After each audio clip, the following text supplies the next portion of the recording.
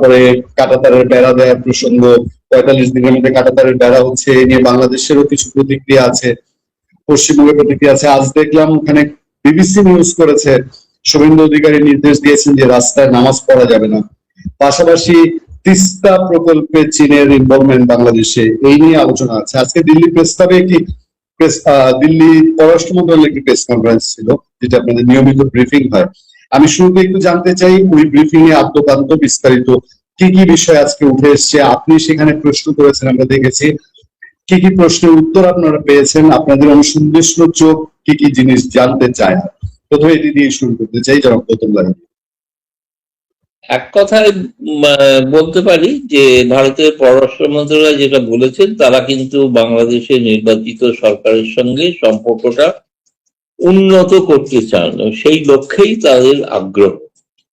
কিন্তু এর সঙ্গে কতগুলো উদ্বেগের বিষয় আছেই। সেটা হচ্ছে, প্রথম প্রশ্ন ছিল যে বাংলাদেশে প্রচুর ভারত বিরোধী আবার অনেক স্লোগান ইত্যাদি শোনা যাচ্ছে ইত্যাদি, এবং সেই বিষয় নিয়ে তাদের কি মন্তব্য। তার প্রত্যুত্তরেই কিন্তু মুখপাত্র বলেছেন যে আমরা কিন্তু বাংলাদেশ সরকারের সঙ্গে মানে গুরুত্ব নিয়েই সম্পর্ক রাখতে চাই, এবং সেক্ষেত্রে আপনি লক্ষ্য করলেই দেখবেন কিছুদিন আগে পররাষ্ট্রমন্ত্রী ডক্টর খালিদুর রহমান ভারত সফর করে গেছেন।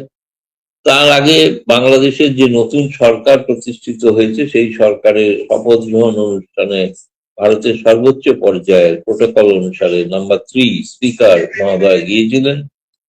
ফলে এটা থেকে আমরা কিন্তু বলতে পারি আমরা সম্পর্কটা উন্নত করতে চাই। কিন্তু এরপরে যখন দ্বিতীয় অন্য প্রশ্ন ছিল যে যেটা মানে দেখা যাচ্ছে যে বিশেষ করে অনুপ্রবেশের বিষয়টা যেহেতু পশ্চিমবঙ্গে একটা বড় বিষয়, সেখানে একটা প্রশ্ন ছিল যে সম্প্রতি পররাষ্ট্র প্রতিমন্ত্রী মন্তব্য করেছিলেন ঢাকার, যে তারা অবৈধ অনুপ্রবেশের ব্যাপারে জিরো টলারেন্সে বিশ্বাসী, এবং সেটা যদিও তিনি ইউরোপের রাষ্ট্র হিসেবে কথা বলেছিলেন, ভারত প্রসঙ্গে নয় সেটা। কিন্তু সে তার প্রত্যুত্তরে তারা বলেছেন যে ভারত এবং বাংলাদেশের মধ্যে এটা দ্বিপাক্ষিক বিষয়, এবং এই দ্বিপাক্ষিক বিষয়ে আলোচনা হয়ে থাকে।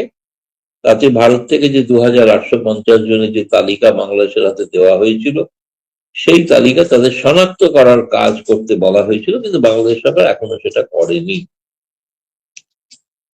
তৃতীয় প্রশ্ন ছিল, ধরুন যে বাংলাদেশ সম্প্রতি নতুন যে সরকার শুভেন্দু অধিকারীর নেতৃত্বে, তারা যে জমি এতকাল মমতা বন্দ্যোপাধ্যায় দিচ্ছিলেন না বলে অভিযোগ, যার ফলে তাদের বক্তব্য অনুপ্রবেশ হচ্ছিল, সেই জমিটা তিনি হস্তান্তরে বিএসএফ কে দেওয়ার জন্য সিদ্ধান্ত নিয়েছেন, এবং সেই জমি পাওয়ার অর্থ হলো সেখানে কাঁটাতারের বেড়া হবে। এবং সেখানকার বাস্তব পরিস্থিতি কেন মমতা বন্দ্যোপাধ্যায় দিতে পারছিলেন না, তার কারণ হচ্ছে ওই এলাকাটাতে এমন মানুষ থাকেন যারা ওই জমিতে চাষাবাদ করেন, অনেক ক্ষেত্রে জমি অনেক উর্বরা জমি, এবং সেই জমি খুব সহজে হস্তান্তর হবে কি হবে না আমি জানি না। শেষ পর্যন্ত বল প্রয়োগ করতে হতে পারে বলে মনে হয়, যদি ভারত সরকার চান। কারণ সেই সঙ্গে পররাষ্ট্র মন্ত্রণালয়ের মুখপাত্র যাওয়া হচ্ছে, ভারতের সীমান্তের নিরাপত্তা রক্ষাটা অগ্রাধিকার আমরা দিচ্ছি। তবে কৃষ্ণ সরকার সিদ্ধান্ত নিয়েছেন। প্রশ্ন ছিল যে এর ফলে ভারত বাংলাদেশ সম্পর্কে কোনো ক্ষতি হবে কি। তাতে বলেছেন ক্ষতি হওয়ার বিষয় নয়, এটা আমাদের সুরক্ষার বিষয়, নিরাপত্তার বিষয়, ফলে এটা করতেই হবে। ফলে একরকম পশ্চিমবঙ্গ সরকারের সিদ্ধান্তে শিলমোহর দিয়েছেন পররাষ্ট্র মন্ত্রণালয়। অবশ্যই আমি একটা প্রশ্ন করেছিলাম যে সম্প্রতি এই যে বলছেন এত ভালো সম্পর্ক রাখতে চান, আগ্রহ, কিন্তু সম্প্রতি তো পররাষ্ট্রমন্ত্রী তিনি চীনে সফরে গিয়ে বললেন তিস্তা নদীর উপত্যকা উন্নয়ন প্রকল্প সেটা তিনি চীনকে দেওয়ার প্রস্তাব দিয়েছেন। এটা যেটা শেখ হাসিনা আগে ভারতকে দেওয়ার কথা ঘোষণা করেছিলেন, এবং সেই সিদ্ধান্ত পরিবর্তন করে তারা চীনকে দেওয়ার সিদ্ধান্ত নিয়েছেন। তাহলে এটা কিভাবে দেখছেন তারা, তাদের কি সম্পর্কে কি আস্থা কি বাড়বে এতে? সেটার জবাব ছিল এরকম যে আমরা প্রতিটি পদক্ষেপ যেরকম আমরা ইন্টারন্যাশনাল রিলেশনশিপ লক্ষ্য করে থাকি এবং লক্ষ্য রাখছি, কিন্তু ভারত বাংলাদেশ সম্পর্কটা দ্বিপাক্ষিক বিষয়, ফলে এটা দ্বিপাক্ষিক স্তরে যখন কথা হবে তখন এই বিষয়ে সিদ্ধান্ত বা আলোচনা হবে। তৃতীয় কোনো দেশের সঙ্গে কি হচ্ছে তার উপর ভারত বাংলাদেশের সম্পর্ক নির্ভর করবে না। এখন তারা এটাকে সহজভাবে উত্তর দিয়েছেন এই কারণে যে এটাকে নিয়ে যাতে আর কোনো নতুন করে তিক্ততা না বাড়ে সেটার কারণে আগে। কিন্তু ভেতরে ভেতরে বোঝা যায় যে এটা নিয়ে একটা উদ্বেগ আছে, ভারত সরকারের। এটা পরিষ্কার সম্পর্কটা যতটা নির্বাচনের পর যে স্বাভাবিক হওয়ার লক্ষণ দেখা যাচ্ছিল, আমার মতে সেটাতে একটু বোধহয় স্তীমিত হয়ে গেছে। আর একটা হয়তো প্রশ্ন জি। হয়নি, যে প্রশ্নটা সময়ের অভাবে করা যায়নি, সেজন্য ভারতের একটা উদ্বেগের বিষয় আছে যে ভারত এবং বাংলাদেশের মধ্যে যে আহ, পারস্পরিক অপরাধী যে দমনের যে আইনি সহযোগিতার যে চুক্তিটা ছিল, সেই একই ধরনের চুক্তি সম্প্রতি বাংলাদেশ সরকার পাকিস্তানের সঙ্গে করেছে। এই পাকিস্তানের সঙ্গে যে চুক্তিটা করেছে, সেই চুক্তিটা যেটা ভারতের সঙ্গে করা হয়েছিল, সেইটাতে একটা উদ্বেগের বিষয় আছে। এবং সেটা সরাসরি প্রশ্ন হয়নি ঠিকই, কিন্তু আমরা পরবর্তীকালে শুনেছি যে বিষয়টা উদ্বেগের আছে। এবং দ্বিতীয়ত হচ্ছে যে আহ তারেক রহমান সরকারের পররাষ্ট্র উপদেষ্টা সম্প্রতি বেশ কিছু মন্তব্য করেছেন, সেগুলো সম্পর্কে তারা হয়তো প্রশ্ন হলে জবাব দিতেন, এবং খুব কঠোর ভাষায় জবাব দিতেন, সেটা পরে বুঝেছি আর কি। কিন্তু সে প্রশ্নটা করা যায়নি আর করা হয়নি, ভবিষ্যতের জন্য তোলা থাকলো, তখন হয়তো আবার করা যেতে পারে। এবং পাকিস্তানের প্রচুর সেনা অফিসার সম্প্রতি বাংলাদেশে প্রায় বলা যায় গিজগিজ করছে। এবং যিনি আমাদের ভারতের অপারেশন সিন্দুরের বিপক্ষে পাকিস্তান সেনার নেতৃত্ব দিয়েছিলেন, সেই সেনাবাহিনীর একজন মানে জেনারেল, যিনি কাতার থেকে তো প্রচুর সঙ্গী সাথী নিয়ে বাংলাদেশে এসছেন, এরকম একটা শোনা গিয়েছে। আমি তার এখনো সত্যতা জানি না, মানে এটা শোনা গিয়েছে বলেই বলছি আর কি। কিন্তু এটা ভবিষ্যতে নিশ্চয়ই জানা যাবে যে কতটা সত্য এবং অসত্য। ফলে আমার কাছে যেটা মনে হচ্ছে না, যে এগুলো হয়তো একটা কোনো কারণে তারেক রহমান সরকারের ধারণা হচ্ছে যে ভারত এই মুহূর্তে হয়তো আওয়ামী লীগকে ফেরানোর জন্য একটা যে উদ্যোগ নিচ্ছেন, সেটাকে রোখার জন্য এই ধরনের কিছু চাপ তারা ভারতের উপর তৈরি করছেন, যেটা ভারতের জন্য এত ক্ষতিকারক হতে পারে। আপাতভাবে এরকম একটা পরিস্থিতি আমার মনে হয়েছে আর কোন নিয়ে বলুন। দাদা, আপনি দেখেছেন কিনা আমাদের দেশে এর আগে আমরা আমাদের ছোটবেলায় আমাদের স্টুডেন্ট লাইফে আমরা দেখেছি বাংলাদেশ থেকে খুব দূর দেশে কেউ পড়তে না গেলে ভারতে পড়তে যেত। ভারতের ব্যাঙ্গালোর, মহীশূর এই রাষ্ট্রগুলোতে পড়াশোনার জন্য বাংলাদেশের চলে যেত। আমাদের শিক্ষামন্ত্রী গতকাল বলেছে যে পাকিস্তানের শিক্ষা ব্যবস্থা অনেক বেশি অগ্রগতি হয়েছে এবং বাংলাদেশের স্টুডেন্টরা যেন পাকিস্তানে পড়তে যায় এ ব্যাপারে উদ্বুদ্ধ করেছেন, যেটা আগে আমরা দেখিনি। আপনার কি মনে হয় যে পাকিস্তান বাংলাদেশকে মার্কেট হিসেবে, পাকিস্তানে অনেক প্রোডাক্ট আসছে বাংলাদেশে যেটা আগে আসেনি, এই যে পট পরিবর্তন 24-এ এর মধ্যে দিয়ে বাংলাদেশের মার্কেট, বাংলাদেশের মেধা, এগুলির দিকে পাকিস্তানের একটা আগ্রহ তৈরি হয়েছে, এবং ভবিষ্যতে যেটা ভারত বাংলাদেশ সম্পর্কের ক্ষেত্রে একটা এফেক্ট করতে পারে, এরকম মনে হয় কিনা? না দেখুন, আমি কি বোঝাতে পেরেছি বা আপনি শুনতে পেরেছেন? আমি আমি বোঝাতে চেয়েছি যে পাকিস্তানি। না, আমি বুঝতে পেরেছি। আমি আপনাকে প্রথম কথা বলবো, দেখুন একটা সময় আমি লাহোর বোঝাতে চাইছি বিশ্ববিদ্যালয়, একটা সময় কিন্তু লাহোর বিশ্ববিদ্যালয় দুনিয়া জোড়া নাম ছিল, এ বিষয়ে কোনো সন্দেহ নেই। বহু সেখান থেকে বহু মানে পড়াশোনা করে বহু অনেক অধ্যাপক, নামি দামি অধ্যাপক, তারা কিন্তু ভারতে এসেছিলেন, ভারতে ছিলেন। ফলে আমি শিক্ষার বিষয়টা নিয়ে বলতে যাচ্ছি না, কিন্তু এটা একটা নিশ্চিতভাবে বাংলাদেশের একটা ভারতের জন্য একটা বলবো যে একটা জবাব এক ধরনের, যে ভারত যে শিক্ষাবৃত্তি যেগুলো দিত, সেটা এখন পাকিস্তানের শিক্ষাবৃত্তি চালু হচ্ছে। আর পাকিস্তানের বর্তমান পরিস্থিতি নিশ্চিতভাবে অনেক পরিবর্তন হয়ে গেছে, সেখানে তার মানসিকতায় অনেক পরিবর্তন হয়েছে। সেই সময়কার পাকিস্তান আজ আছে কিনা সন্দেহ। সেই পাকিস্তানও নাকি কত ছাত্রবৃত্তি দেবে শুনেছি। জানি না, পাকিস্তানের মতো একটা দুর্বল, আর্থিক দিক থেকে দুর্বল রাষ্ট্র এতটা বাংলাদেশকে দিচ্ছে, সেটা বাংলাদেশের ছাত্ররা বেশ একটা জিনিস কিন্তু আছে কি জানো তো, পাকিস্তানের বিশ্ববিদ্যালয় থেকে, এটা ভেবে নেবেন বাংলাদেশের মানুষরা, পাকিস্তানের বিশ্ববিদ্যালয় থেকে পড়াশোনা এই সময় পড়াশোনা করে পাশ করার পর পৃথিবীর অনেক দেশে তাদের প্রবেশাধিকারের সমস্যা হতে পারে। আমি কেবলমাত্র ভারতের কথা বলছি না, আরো অনেক উন্নত দেশ আছে যেখানে হয়তো পাকিস্তানের থেকে শিক্ষিত, এই কথাটা হয়তো কতটা গ্রহণযোগ্য, সেটা সেই ধরনের শিক্ষা বা সেই ধরনের বিশ্ববিদ্যালয়গুলির মান কতটা ইন্টারন্যাশনালি অ্যাকসেপ্টেড, সেটা দেখে যেন ছাত্রছাত্রীরা পারে। যে কোনো একটা পাকিস্তানে ইসলামাবাদ, পেশোয়ারের কোনো একটা কি বালুচিস্তানের কোনো একটা বিশ্ববিদ্যালয় দেখেই যেন না চলে যায়। আমি নিজে ব্যক্তিগতভাবে জানি ইসলামাবাদের বিশ্ববিদ্যালয় তো অনেক পরে তৈরি হয়েছে, কিন্তু লাহোর বিশ্ববিদ্যালয় একসময় সত্যি সত্যি প্রচুর নাম দাম ছিল, যেরকম ঢাকা ইউনিভার্সিটিকে প্রাচ্যের অক্সফোর্ড বলা হতো। সেই ধরনের নাম ধাম ছিল আর কি। এখন ঢাকা বিশ্ববিদ্যালয় আজকেও সেই ধরনের পরিস্থিতি নয়। বলুন পূর্ণিয়া। আমি দাদা এই প্রসঙ্গে আলাপচারিতার আলাপচারিতার এই পর্যায়ে আমি যেতে চাই আওয়ামী লীগ প্রসঙ্গে। আমাদের দেশে নানান আলাপ আছে, আমাদের যারা রাজনৈতিক বিশ্লেষক আমাদের শোতেও আসেন, তারাও মোটামুটি স্পষ্ট এখন সবাই বলেন যে আওয়ামী লীগ রাজনীতিতে ফিরবে, এটা এখন সময়ের ব্যাপার। এবং বাংলাদেশের একজন রাজনীতিবিদের আমি যদি আপনাকে কোট করি, খুব আলোচিত রাজনীতিবিদ স্টুডেন্টদের মধ্যে তার নাম হচ্ছে সালাউদ্দিন আম্মার, হয়তো চিনবেন আপনি, তিনি রাজশাহী বিশ্ববিদ্যালয়ের জিএস এখন ছাত্র সংসদে। তিনি বলছিলেন যে শেখ হাসিনার আশার বার্তা যারা ছড়ায় তাদেরকে কংগ্রেচুলেশন।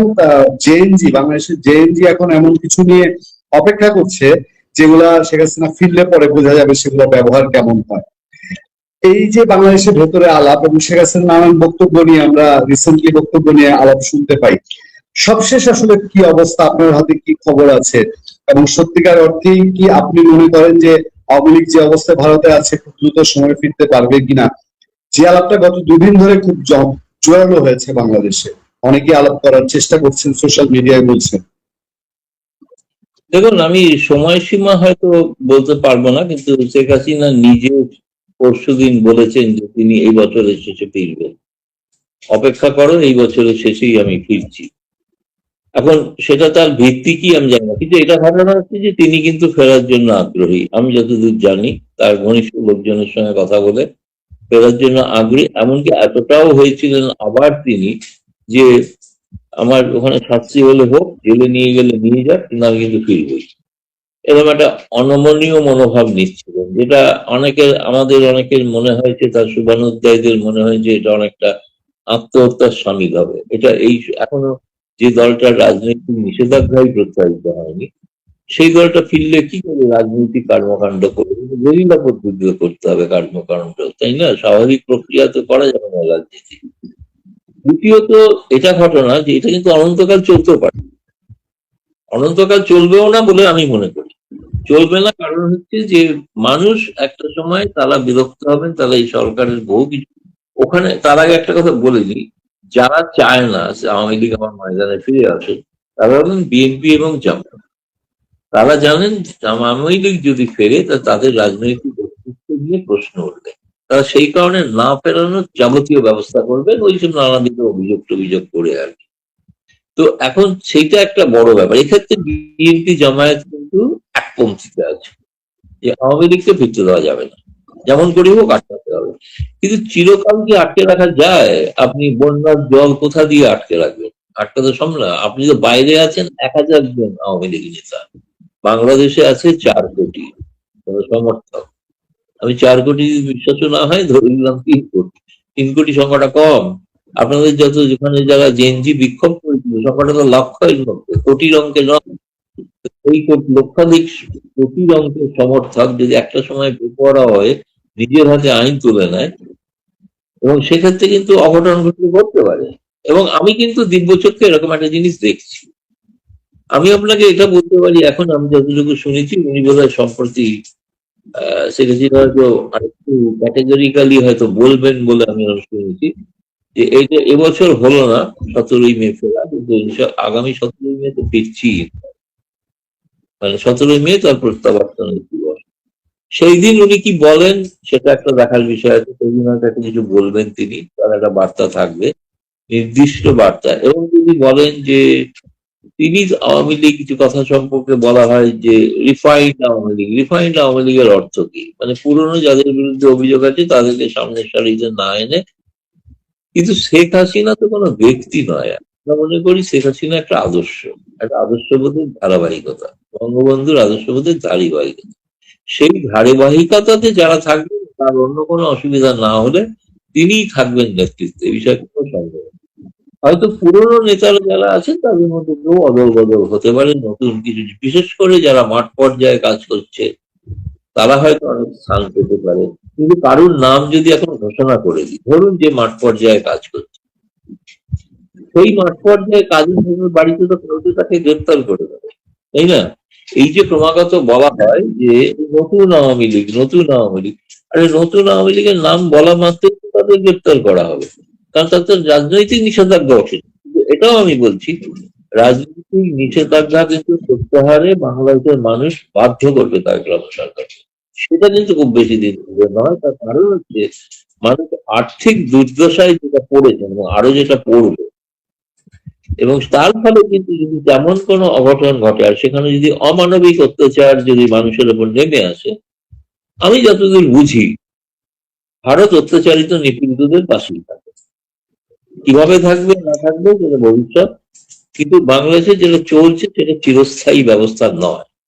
এটা একমাত্র হতে পারত যদি কোনোভাবে বিএনপি সরকার কোনোভাবে তারা যদি আওয়ামী লীগের সঙ্গে কোনো একটা গোপন সমঝোতায় আসতে পারতেন, কিন্তু সেটার কোনো লক্ষণ দেখা যাচ্ছে, সেটা কথা ছিল হওয়ার, সেটা কথা ছিল হওয়ার হয়নি।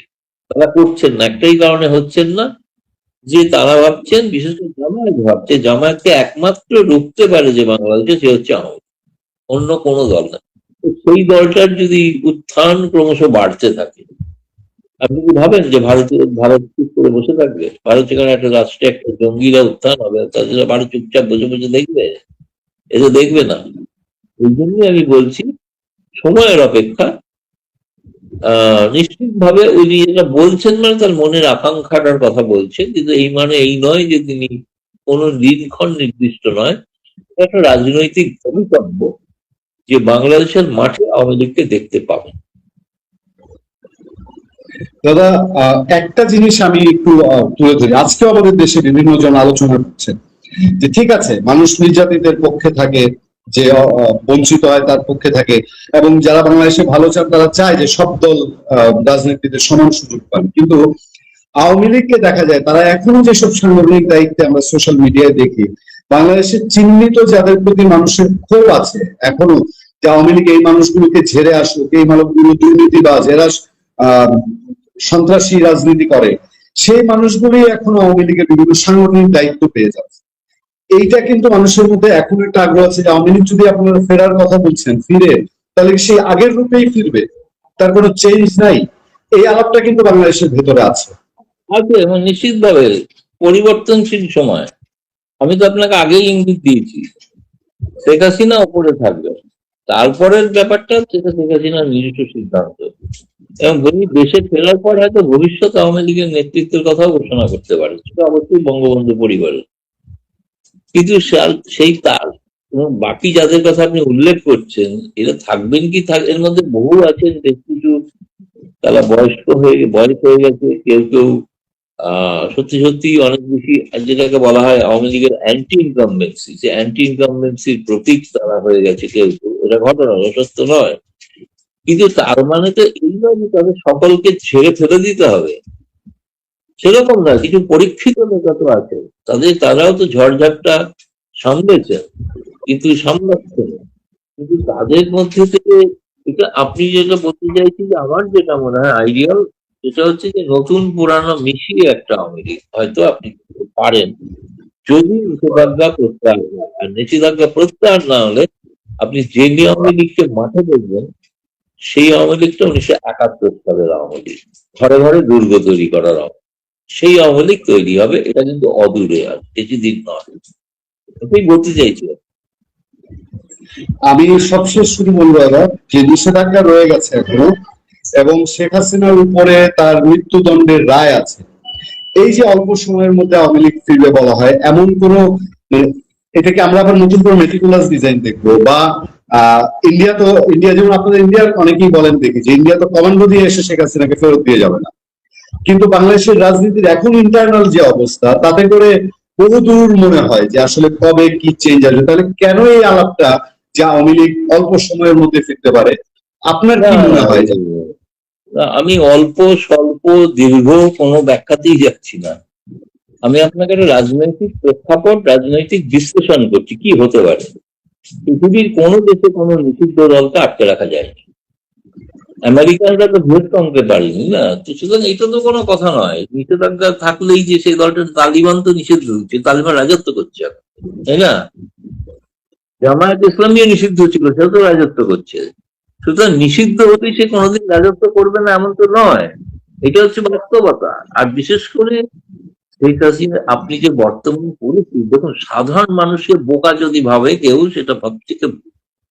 আপনি বিদ্যুৎ পাচ্ছেন, মেট্রো ট্রেনে যাচ্ছেন, পদ্মা সেতু পেরোচ্ছেন, সব তো শেখ হাসিনা করা দিয়ে, আমাকে ডিটেল পাচ্ছেন, সবইটাই তো শেখ হাসিনা করে। শেখ হাসিনা থাকলে এখন তোকে বলছে আরো কত না কি হতো, মেট্রোটা হয়তো আরো বহুদূর এগোতে পারত, তাই না? যে সুযোগ আপনি নিচ্ছেন, 1.5 কিলোমিটার 4 কিলোমিটার লম্বা লাইনে দাঁড়িয়ে, আপনার বিরুদ্ধে, আপনি আওয়ামী লীগের বিরুদ্ধে একটা অভিযোগ, খুব ন্যায্য অভিযোগ বলে আমি মনে করি, সেটা হচ্ছে যে বিরোধীদের গণতান্ত্রিক যে স্পেস যেটা দেওয়া উচিত,